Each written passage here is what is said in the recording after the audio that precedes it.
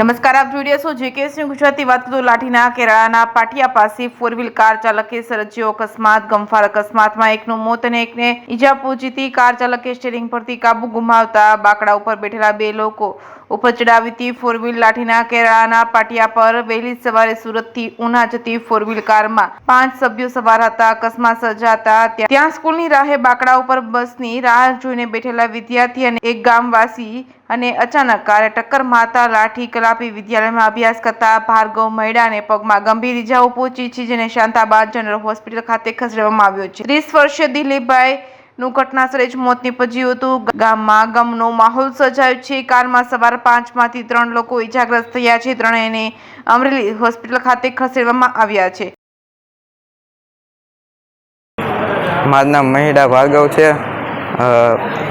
હું કલાપી સ્કૂલમાં ભણવા જતો હતો 6:30 વાગે અને અમે બસ સ્ટેન્ડે બેઠા હતા. હું અને અમારા ગામના દિલીપભાઈ તે ફોર વ્હીલે આવીને બાકડા સાથે ટક્કર મારી.